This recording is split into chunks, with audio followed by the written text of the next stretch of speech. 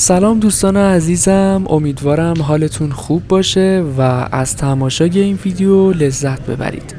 تو این ویدیو به یکی از بزرگترین و قدیمیترین بازارهای سنتی ایران اومدم که در شمال ایران و شهر رشت قرار داره. اگه یادتون باشه روزای قبل به میدون تاریخی شهرداری رشت رفتیم و تو خیابونهای اطرافش قدم زدیم.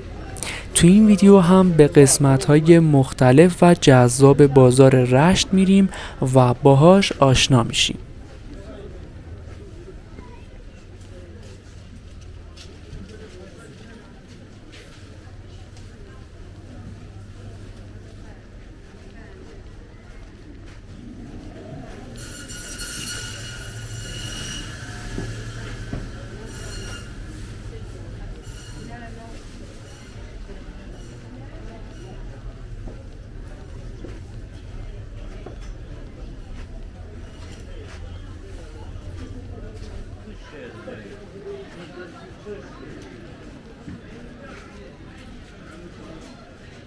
دوستان عزیزم، من توی این صفحه به شهرهای مختلفی سفر میکنم و اطلاعاتی در مورد اماکن تاریخی، تفریحی و یا مراکز خرید رو باهاتون به اشتراک میذارم. اگر دوست داشتی چنل رو سابسکرایب کنید تا دقایقی از زندگی روزمره فاصله بگیرید و سفر کنید.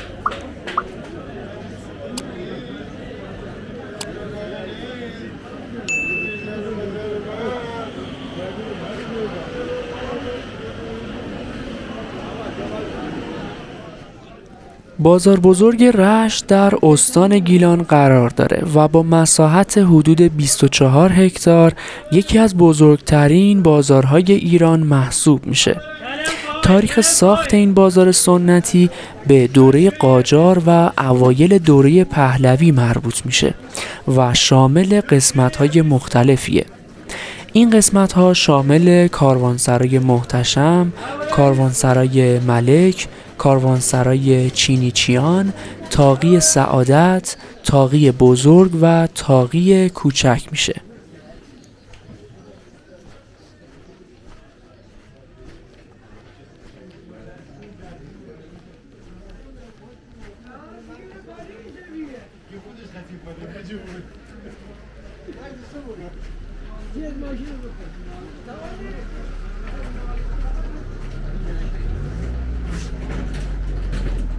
این بازار تنوع بالایی توی محصولات داره و شما میتونید انواع محصولات کشاورزی و محلی، انواع ماهی‌ها، ترشیجات و انواع کیک و کلوچه سنتی رو خریداری کنید.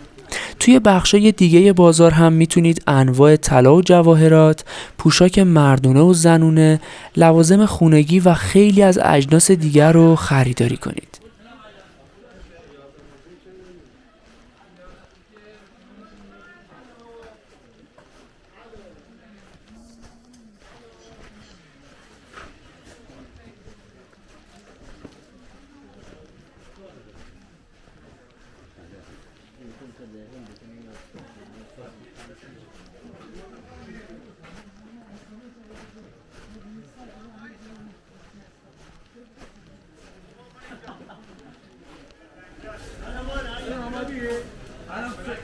این قسمت هم ماهی فروشان بازاره که برای من همیشه جذابه.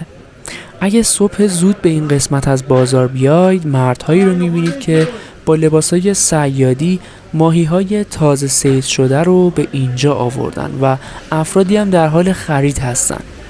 اگه یادتون باشه مشابه این بازار رو روزای قبل توی شهر لنگرود داشتیم. لینکش رو توی دیسکریپشن میذارم که ببینید.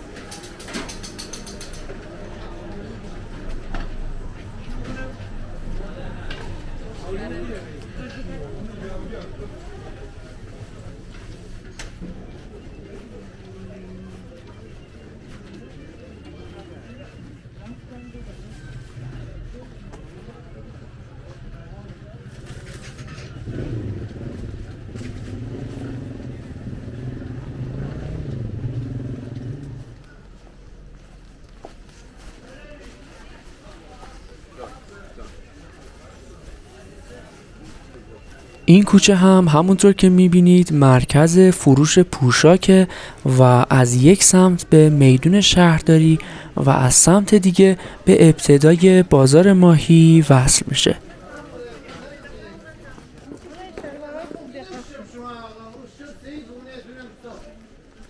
ساعت کاری بازار رشت هم همه روزه از ساعت 8 صبح تا 10 شب و بهترین فصل برای مسافرت به این شهر دیدنی فصل بهار و اوایل فصل پاییزه.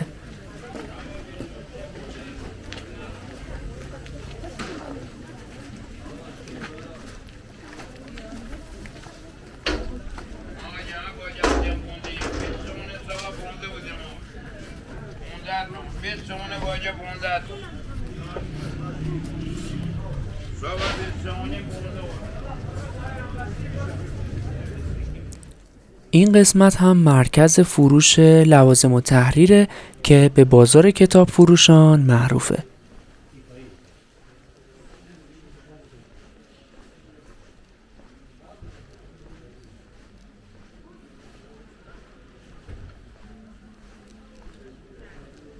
دوستان عزیزم ممنون که ویدیو رو تماشا کردید.